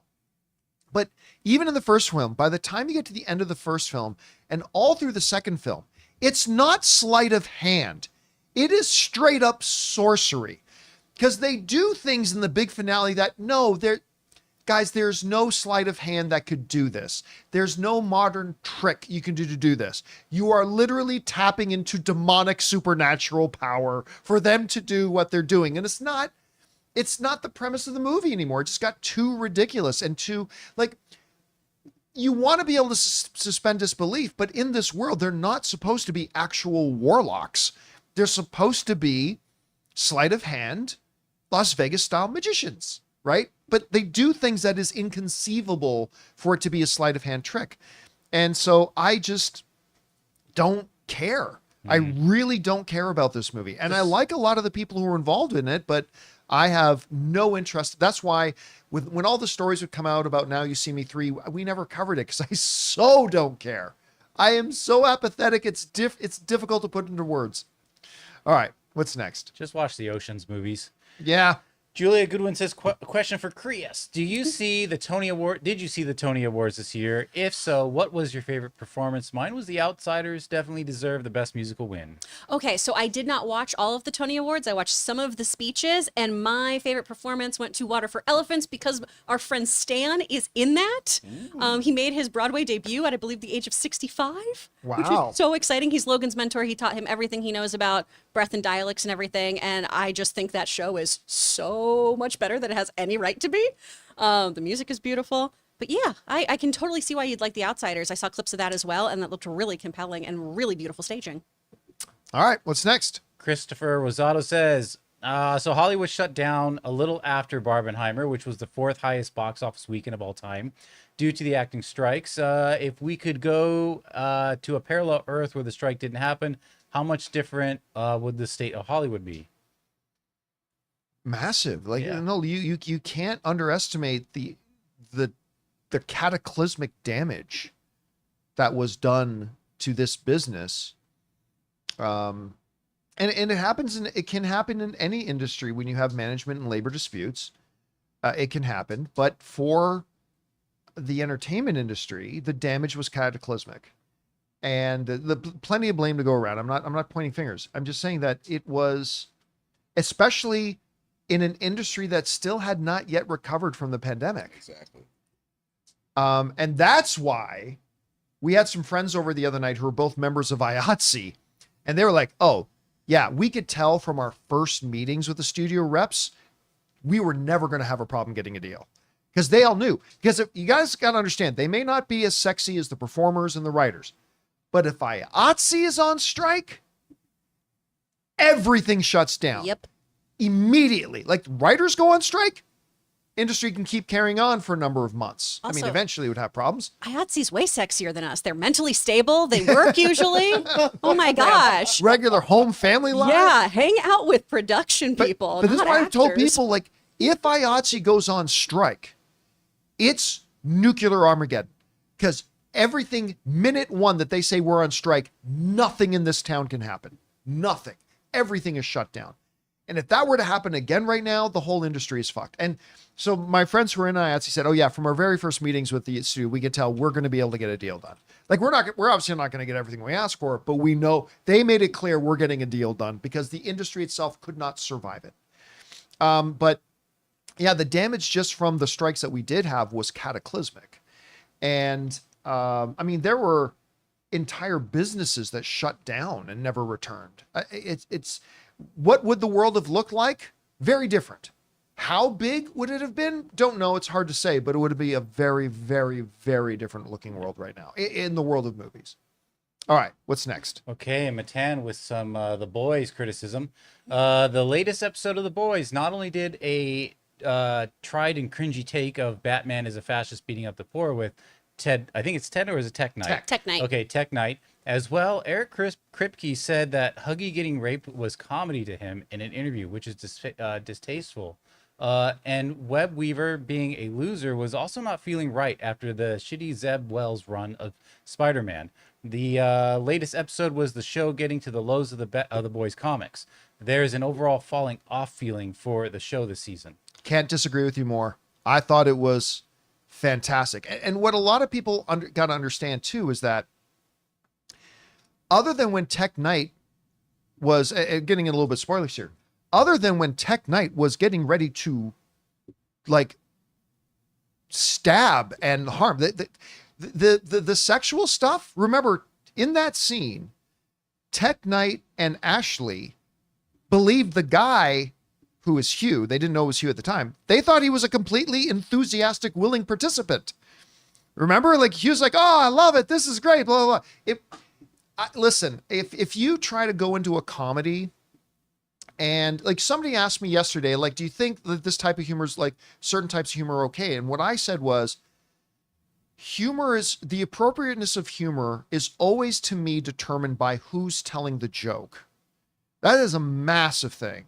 Because I said this, I said, there are jokes made in The Office that if you took those same jokes and tried to make those jokes happen in Breaking Bad, they would come across as offensive and distasteful. But because it's in The Office, we understand the nature and the tone of it, and it comes across as completely hilarious and great. There are jokes that Joe Coy, as a Filipino comedian, can tell that certain other comedians can't tell, and so on and so forth. This all depends on where the joke is coming from. So I vehemently disagree with you. I didn't find it in poor taste. I thought it was hilarious. I thought it was handled right. And I thought Eric Kripke was very smart in how they very deliberately engineered those scenes so that they had their bases covered. So I thought it was fantastic. Did you see the newest episode? Yes. And I will say, too, I mean, obviously no one wants to make light of sexual assault. This is something that happens in the comic books in Herogasm number 3. Huey is assaulted by Black Noir. So there is comic standard, not standard, precipice? Yeah, precipice for this happening in there. And what I think The Boys has done really well is take something and elevate the source material overall. And you got to remember, too, this show is satirical. It has been since season 1, where horrific things have been happening since then. Horrific things have happened to a whole lot of these characters. So if it doesn't work for you, no worries. No one's going to tell you what is or is not in good taste for your own enjoyment. But I don't think anyone made these scenes with, malicious intentions. Oh, not at all. And again, I think the main thing that everybody is like, on the few conversations I've seen had about this, everybody's failing to mention that I've seen so far was that like the scene was not constructed in such a way that Hugh was taken and bound and was struggling against his will. These horrible things were being done to him. Remember, from the perspective of Tech Knight and Ashley, Hugh was trying to play along and presented himself as a enthusiastic, willing participant until they found out he was Hugh, and he was going to straight up butcher and mutilate him as a prisoner. But yeah, I thought it was just done perfectly well. But again, like Chris is saying, all entertainment is subjective. The most subjective thing is humor. And not all humor is going to work for me the way it works for you, or for you the way it works for me. And that's perfectly fine. So, again, for me personally, I vehemently disagree. All right, what's next? Okay, we got Robin S. here who says, Hi, John and crew, longtime listeners since the AMC days. Thank you, Robin. Regarding the new Harry Potter TV show, what do you think they will do with the score? John Williams' score is so iconic and tied to Harry Potter. Will they keep it for the reboot or start fresh? A lot of times when there's a reboot of something coming and the question comes up about musical score, for instance, Man of Steel, I really did believe they needed a new score because this is a new Superman. It's a different Superman, right? But you got to remember, Man of Steel wasn't a remake of the original Christopher Reeve movie, a shot for shot. It's a totally different movie in its own right? And so that Superman needed its own identity. I think it needed its own score. And thank God Hans Zimmer gave us an amazing score to that movie. But in this particular situation, I think you use the John Williams score. It's so iconic. Bum, bum, bum, bum, bum, bum, bum. Like, it's just so synonymous now with Harry Potter. And it is literally a retelling of the same story. Man of Steel was not a retelling of the same story of Christopher Reeve's Superman. It was a different movie. This is the retelling of the same story. Just like I think it was absolutely the right move for House of the Dragon to use the Game of Thrones theme. I was just going to bring that up. Right. Everyone lost their mind because there was a precedent. That was the word. Thank you, chat. Jesus Christ. Yeah, precedent. It makes sense, though. Like, that music is iconic and intrinsically tied to those things. And ultimately it means that the music wasn't a Game of Thrones theme. It's a Westeros theme. Yeah. Really. And when that music plays now, I remember because they didn't do it for the first episode of season 1. But when episode 2 came out of House of the Dragon season 1, and that bum, bum, bum, bum, bum, bum started playing, I got all the feels and all the chills. And I think the same thing will happen with Harry Potter. Now, what they will or won't do, we don't know. But what they should do, I want to turn on HBO and have that static and Max come up, an HBO logo. And then I want to hear bum, bum, bum, bum, bum, bum, bum, bum. You do that, everybody's going to squeal. Everybody's going to get chills. Everybody's going to get goosebumps. I think it's important that you keep that music. Yeah. All right, what's next? All right, Garden Variety Vagabond says, what happened? What'd you say? Go ahead. Garden Variety Vagabond said, John, I'm playing catch up again and want to reference the 2-week-old comment you made. You were sad that the post where you pointed out what you didn't like about the Acolyte got more views or likes. I wanted to point out a key difference is that you put the finger on what us listeners felt in an undefined way. I was saying, yes, that's it. Like that they didn't have subplots or off-screen killing and the character turn. You used the show to teach proper writing and not just bitching. Yeah, but I mean, that's what I tried to do, and thank you for saying that. I appreciate that very much. It's very validating. I appreciate that. But for those of you who don't know what he's mentioning, I lament that really the state of YouTube overall. I mean, it's a fact of life. I acknowledge it and I accept it. Hate gets clicks. Negativity gets clicks. Anger gets clicks. And I try, while I have moments of things that I really dislike and moments of things that make me want to rant, I try to make sure I do an inventory of this every once in a while. I do a little audit, if you will, of my own YouTube channel. Every once in a while, I go to my YouTube front page and I go through all the stories and all the videos. And I want to make sure that the number of things that I'm making videos about things I don't like represent 20% or less of the videos that I have, because I want 80% or more of my videos to be the things that I like, that I'm enthusiastic about, that I'm excited about, that I'm looking forward to, that I think is good. The thing, I want my YouTube channel about things that I like. And I noticed that, on The Acolyte, which is a show I hate and I stopped watching, but on my reviews of like The Acolyte, I had to put out this one video of The Acolyte, and sure enough, the biggest viewed video was not any of the multiple videos I made about things that I enjoyed, about the things that I loved, about the things that I'm excited about. It was the thing that was negative. And I'm going to have some negative videos, like, for instance, the story about Quiet Place Day 1 getting such an early release on home video.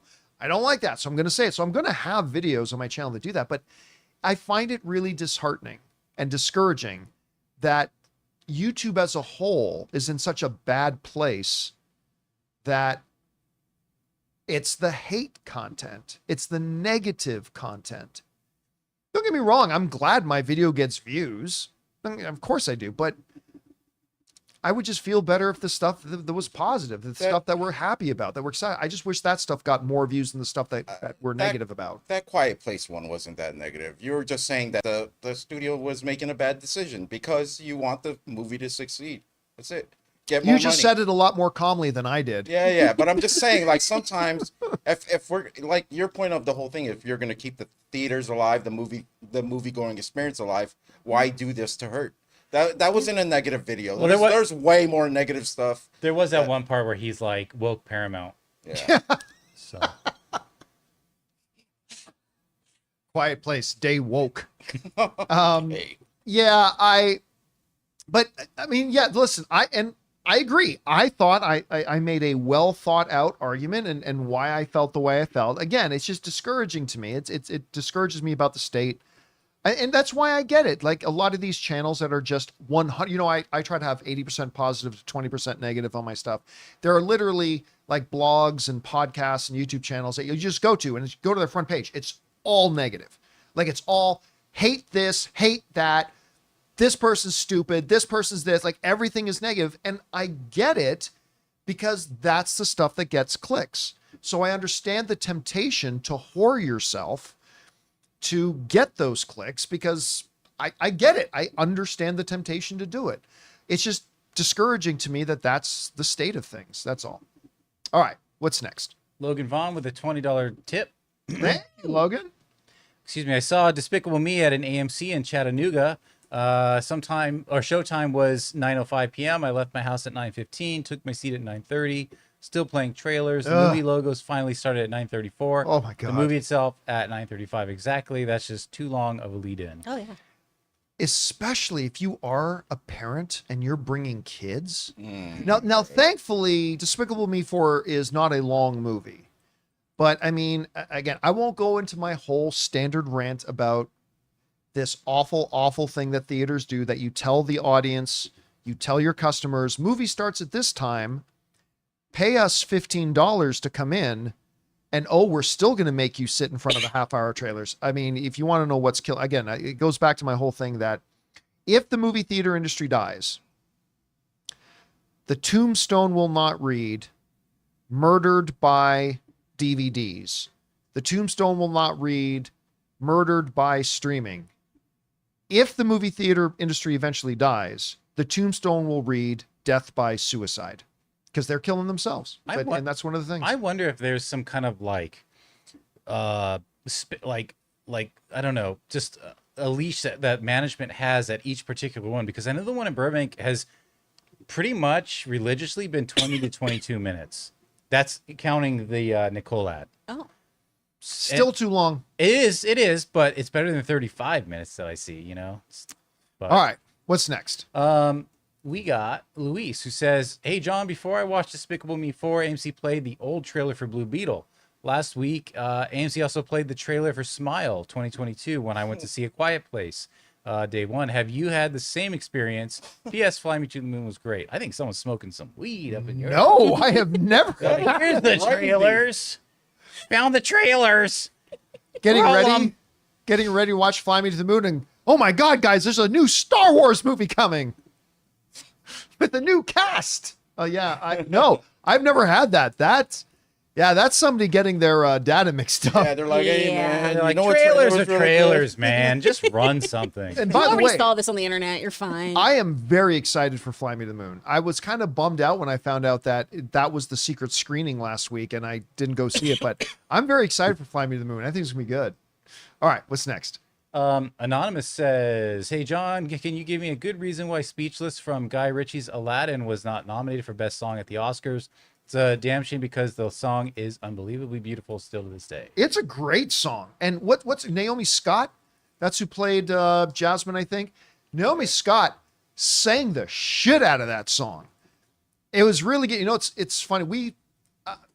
I think Naomi Scott's wonderful. Even when she's in a really bad movie like that Charlie's Angels movie she did, I think she's wonderful. I think she's great. It was so funny too, because you're watching Aladdin, which I love that movie. Absolutely love that live action movie. Not as good as the original, but I mean, it's fantastic. And what's the guy's name who plays Aladdin? Mina Massoud? Yeah. Is that who plays Aladdin? Yep. So you're watching the movie, and Mina Massoud is doing a couple of numbers, and you're thinking, you know what? For an actor, he's not a singer who's acting. He's an actor who's doing some singing. And I'm watching it, and I'm like, he's doing pretty good. He's doing pretty good singing. And then comes the carpet ride scene and a whole new world.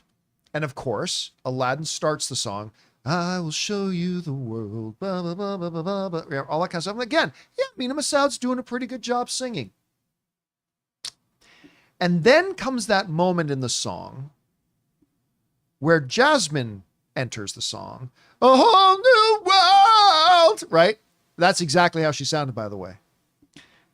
Naomi Scott comes in and starts singing, and you're like, oh, right. That's what an actual singer sounds like, because she's a singer who started acting, not an actor who's doing some singing. Because and up and that point, like, Mina Massoud's doing really good. And then it's like Naomi Scott comes in and it's like, oh my God, she's such a good singer. She is such a good singer. And you're right. That song, which was one of the originals they wrote for the live action film, was so good. I don't know why it didn't get nominated. Honestly, It was don't. great. It was a wonderful It was song. really well done. All right, what's next? Effing Maxine, baby, says, wow, Maxine nailed the trilogy in a great finale. Mia Goth is the new gen Scream Queen. And this kid, Ty West, just cemented his name and skills in my top horror directors, next to the greats of Robert Eggers, Jordan Pele, I can't remember. Peel? Oh, Jordan Peele. Oh, he spelled it weird. Okay. There's two L's there. So, and then, Jordan Pele. can't wait for his next project. Descendant of the former Yeah. great soccer player. Effing Maxine, thanks for spelling it Pele. I mean, Sorry. you also, look, you don't have to be a $1 billion film. But to get up to that echelon, you also got to have some people go to see your movie. And Maxine opened to $6 million. Now, you can have the conversation about comparatively to how much it cost. Yes, but at the end of the day, nobody saw it. Nobody saw it. And again, I'm not giving a criticism for how good or not good the movie is because I haven't seen it. So I can give no commentary to the quality of the film. A lot of people who have seen it seem to like it. I'm just saying, if nobody's going to see the films, how big of an impact can they really have? And so that's not a rhetorical question. I'm actually wondering that. How big can it actually be? How big of an impact can these films actually have? How much can we say it gives to senses of legacy if, in fact, nobody went to go see them? And I think that's a big question for this. All right, what's next? Okay, we got Willow B. Sting. Sorry, guys, dead horse and all. Plus, I'm tired of crapping over ODN UK, but I gotta. After dozens of visits with 30 minutes of ads, trailers, we show up 20 minutes after showtime thinking we'd be at the last trailer. Instead, we missed 10 minutes of the movie.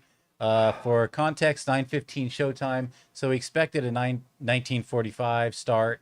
England, we're playing in the quarterfinal of the Euro tournament. Matches at this stage can go into extra time and penalties, so the match would have ended at 1930 at the latest, which it did.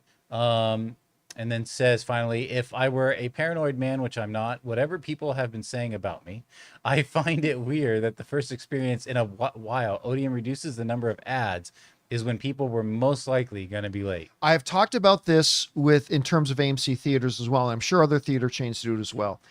I think AMC theaters and other theater chains started to realize that people were catching on about the absolutely inexcusable way that they have manipulated audiences to come in there, to pay to come in and still sit through a half hour of advertisements. Movie theaters started realizing, oh, the audience is catching on, so they're starting to show up late. So you know what they started doing? Every once in a while, they will have like 15 minutes of ads. And like, oh, well, see, guys, you better start showing up on time because you never know. We might start it early. We might start it early, and then you're going to miss some of the movie. I first totally realized this, of course, Ray knows what I'm going to say, with the latest Indiana Jones movie, where it was supposed to be a 7 o'clock start time.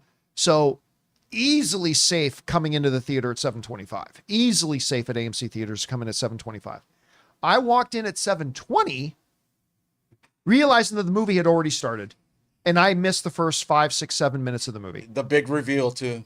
Yeah, right. The greatest, the greatest 5 minutes in cinematic the history. greatest. I can't believe you will never be able to see it because they took it out. They cut it from the movie. It's not even on streaming anymore. Sorry, John. So like they literally start peppering, and I've noticed too that now every once in a while they do that.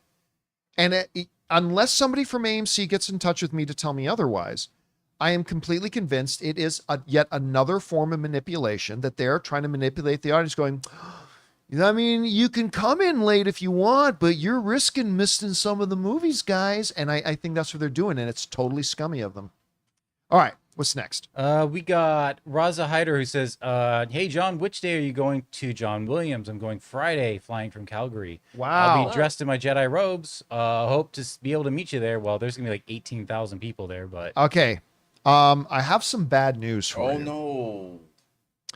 First of all, I am going. I'm going to the Saturday show. John Williams himself will not be conducting. Yeah.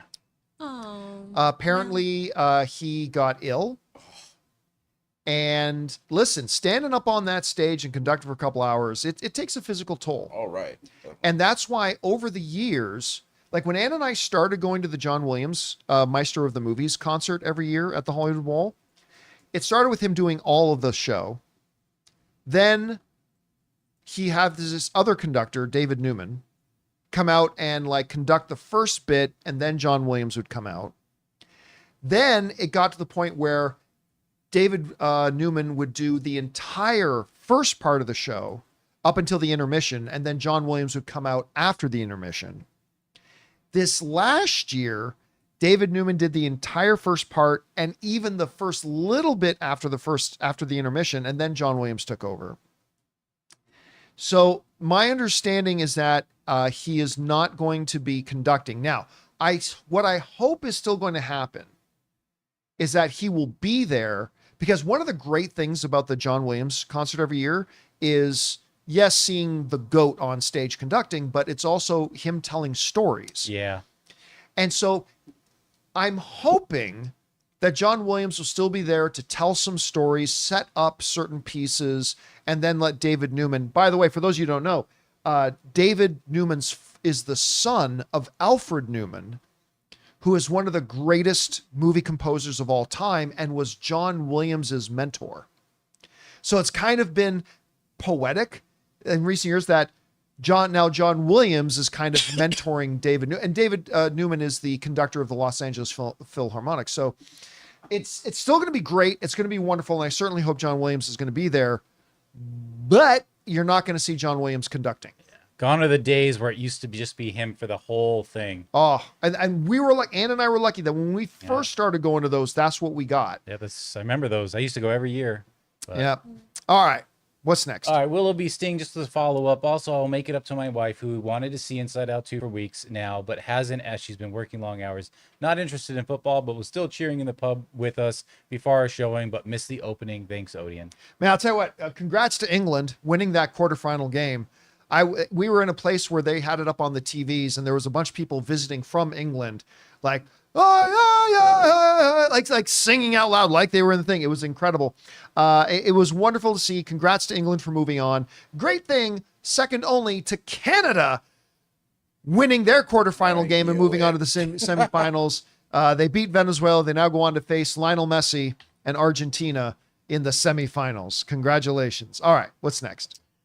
Inalo says, my birthday movie, I remember, is Elijah Wood's number 9. It came out in 9/9/2009. My birthday is 9/9/1999. I remember it freaked me out when I saw it. Have you seen it, and what are your thoughts? Thanks.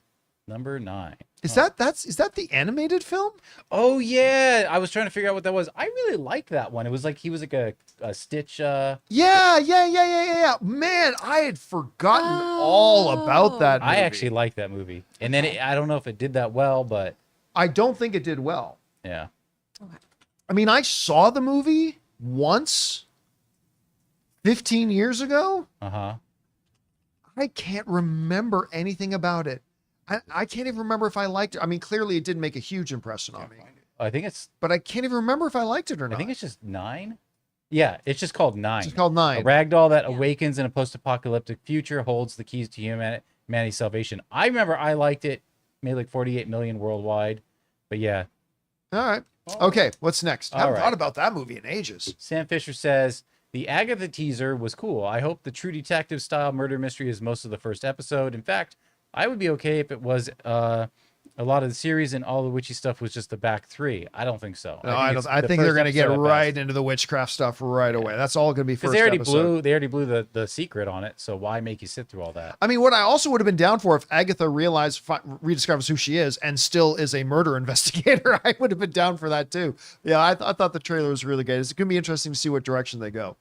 All right, what's next? Mega Red says, a couple weeks ago, I went to Vegas for a bachelor party and took John's advice. We ate at Bacchanal. Nice. And it was all so good.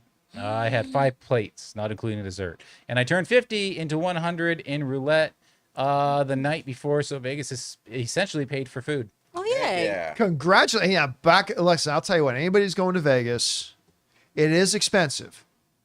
But whenever I take people to CinemaCon, we'll always make sure one night we'll go to Bacchanal.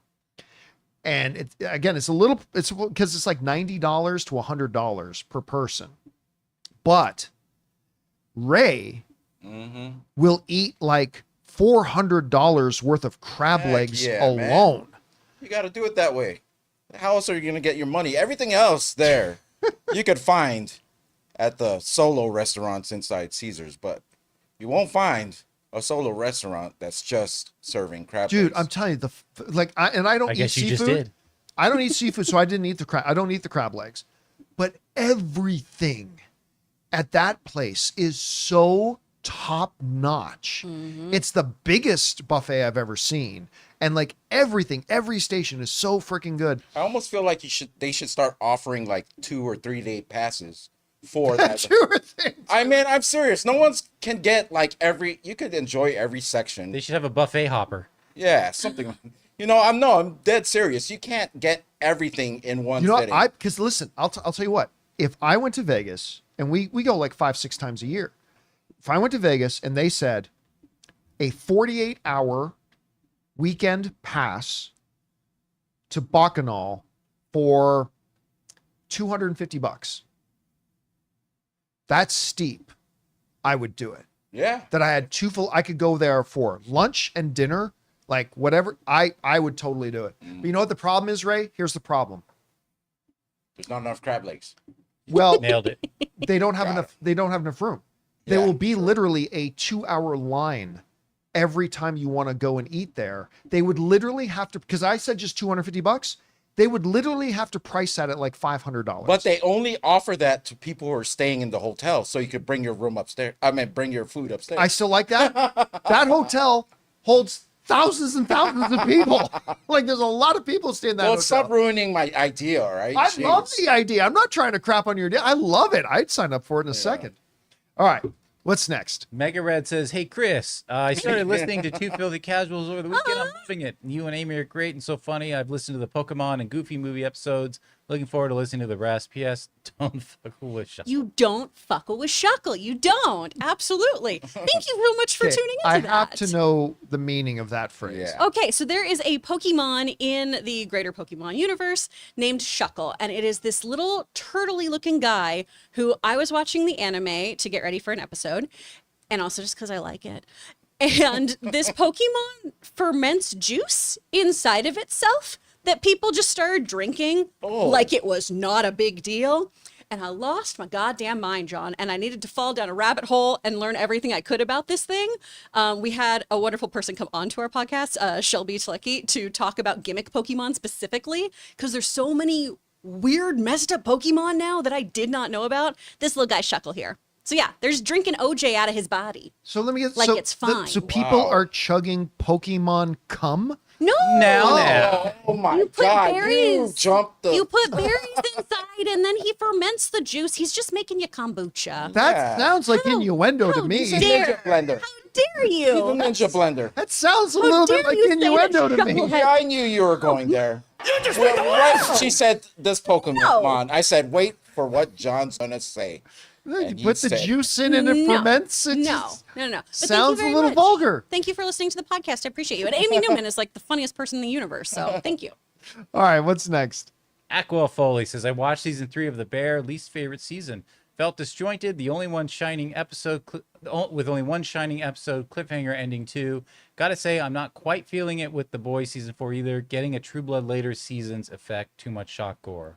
See, I talked about this on open mic this week. The reason why this season to me of The Boys is as good as any of the seasons they've had is that, like, somebody wrote in and said and asked me, John, do you think The Boys is relying too much on shock? I'm like, here's the brilliance of The Boys. It's not relying on shock at all. They put in some shock, sure. But you know what the brilliance of the show is? It's not the shock. It's a character like Firecracker, who most other things when you have your villain Firecracker, they're just a jerk. But every single character in this show, good or bad, has infinite multiple layers to them. And there's a brilliant scene in the last episode. That was actually my favorite scene of the episode, where Firecracker, this enormous asshole character, gets embarrassed and then goes into the bathroom, no dialogue, and she just starts to cry and she starts to weep. She looks at it, and I'm just thinking to myself, as much as this is an antagonist character, we've all been there. We've all been there. And we see her just in the bathroom cry, and you're starting to feel like empathy. It's one of the brilliant things. Like, you've got the ultimate evil character in Homelander, and yet throughout the series, they find ways to not undermine how evil the character is, but we also feel empathy for the character. Because of certain things they do, he's constantly being manipulated, all that kind of stuff. My second favorite moment of the episode, wasn't any of the shock stuff. It was when Newman is talking to Sister Sage, and Sister Sage starts giving her background.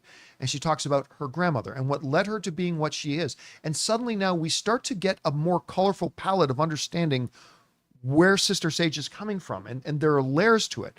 Again, I already mentioned, like, Homelander is there, and he's trying so hard to be the guy. He's trying to be the man, right? Hold court. And he gets embarrassed. He humiliates himself. And he's angry at himself. And you can see it as Newman steps up to save his ass. He's humiliated. And you see that all in his face, stuff like that. That's the brilliance of The Boys. That's it right there. It's a Kevin Smith rapper with a Shakespearean innards. It's so well done, and it's the drama of the show is what. Yeah, I love the shock stuff. I love the, oh my God, he just shot her in the head. I love all that stuff. Yes, I find it fun and funny and all that kind of stuff. But that's not what The Boys is. The Boys is this incredible drama with all of these characters that all have incredible depth. They all have their own B, C, and D level storylines going on. That's what makes The Boys so brilliant. It's not the shock stuff. The shock stuff is there to be fun. It's the drama of it that they do so well. And that's why I think this season of The Boys is as good as any of the seasons they've done so far. Anyway, that's just me. All right, what's next? Ryan H says, I think Eamon was going to kill Aegon if Cole hadn't shouted his name. Cole's a hero. Everyone knows Cole's just a hero. Get now, out. I think Aegon lives, but can't talk right away, but exposes Aemon for treason later. Do you agree? I'm not going to go into it just because we'll save that for a spoiler discussion later. All right, what's next? I'm going to give the annotated version of Bry Guy here. He says, rest in peace to John Landau. He was a legendary and beloved film producer. I mean, I don't really know. We're going to have to do something a little more in depth on that at some point, but he's one of those guys that when you go down the filmography, you'll go, oh my God, he did that. Oh my God, he did that. It's pretty impressive. All right, what's next? Okay, Just a Tip says, this is actually the docuseries I was telling you about, John, last week. Y'all should check out the Max docuseries, The Power of Film. It's narrated by a film professor who goes deep into the patterns and principles that make movies powerful. Highly recommend it to all because it was great, and and he was high. So love you guys. Well, I've seen it sober, and I highly recommend it too. What did you like? So, like, what's the basic gist of it? it's just like he said, it is like the rhythms, the cadence to storytelling, what makes a good story, and then he just breaks it down by topic and uses film that are great examples of great film in it. And it's honestly like a masterclass in filmmaking and writing. I started it, I'm gonna finish it, and it's gonna be one of those things I just revisit, because even for someone like you, John, it's like, man, you can just really pick it apart in terms of movie criticism, in terms of movie making and appreciation. It's a wonderful docuseries. All right. Yeah. All right. What's next? All right. Mr. I says, hope everyone had a great holiday weekend. I spent mine watching a double feature of Kiss Kiss Bang Bang, or as some call it, Kiss Kiss Gang Bang, and How to Drain Your Dragon, all hosted by Captain. LOL. Hope you have a great week. Those two would make somewhat of a good pairing. Double feature. Yeah. And Dante Speaks too. And Dante Speaks. All right, what's next? All right. Really a double penetration into film is what I would like to say. Rob Buck says, hey guys, finally gave Superman and Lois a chance and was immediately charmed. This is the tone I'm hoping for with James Gunn's Superman, humble and kind. He had me when the kid he saved complimented his suit, and he said, thanks, my mom made it for me. Yeah, That's so good. I really liked the first couple episodes of that show. I thought it was such a refreshing, different kind of take on it. Like, we've never really had something kind of like that. I mean, where, like, if you're Superman,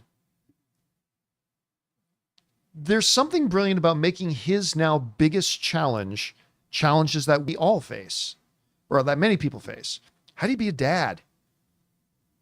How do you be a parent? How do you be a good marital partner? How do you do, like, that is now his biggest struggle and his biggest hill. And it's like, that makes Superman, they found something to make Superman really relatable, because a criticism of the character for so long has been like, he's Superman. Like what can you do that's interesting with him? And they found something to be really interesting about him. I never did watch the final season though, Chris. Did you? Me neither. I fell off of it, but I really loved their dynamic, because Yeah. I mean, no parent can punch away a problem, right? Yeah. And to have Superman who has to deal with not only one of his sons having powers and how to navigate his own world and how he has to restrain his own strength constantly and now teach his son those kinds of things as well, it was really compelling. Where I kind of where the show started to lose me, because initially I thought one of the great strengths of the show was all the characters. It got to the point where it's like, okay, I'm loving everything in this show that is about Superman and Lois. I'm really starting to get over the kids, because I want to play football. Oh, the gangbang. No, what was Joy Juju? What's the name of the stuff? What? The drug. Oh yeah. Oh, I don't remember the name of their drug. Are you trying to say Jingle Jangle like on River? Oh, that's what it was. That was Riverdale. That was, He was trying to say but Jujubee. it had its own kind of stupid name too. The drug are going around like I can't remember what it was. I can't Chad, remember do you what it's called, but remember? it had some kind of They were like huffing crystals or something. yeah. I don't know. Like they're all doing the drugs. It's like I want to play football. It was like 2 fucking seasons of that. It's like I just Have every you time been there was Saying around X Kryptonite. children? Teenagers are horrible. yes, but I don't want I to mean, watch a not show yours. about Yours are something good. Yours are horrible. wonderful, and I like them. Okay. They're- I don't want to watch a show about horrible. You know what else is horrible? Same. You know what else is horrible? You know what? I'm going to Say- exercise the filter between my brain and my mouth, and I'm not going to say it. But I'm just, suffice it to say, I was about to say something else that is horrible, and then say, I don't want to watch a TV show about that either. So, Shuckle juice. Oh, someone said it in the chat. Shuckle Juice? I No. did. Marcus Y and I were on the same. Shuckle Juice. What is that? That's the juice stuff that we comes were out of just Shuckle, talking the orange about. juice that's fermented. Okay. That's the Pokemon semen. All right. That It's everybody not gets into. semen. All right. That was it. So that's where we actually. Well, will leave yeah. it. So that's a great way to live off. So Oh, glad. that's it? I'm Yeah. so glad I'm And back on the show what so a I can way. know things like not semen. To end today's episode of the John Jesus Campea Christ. Show podcast.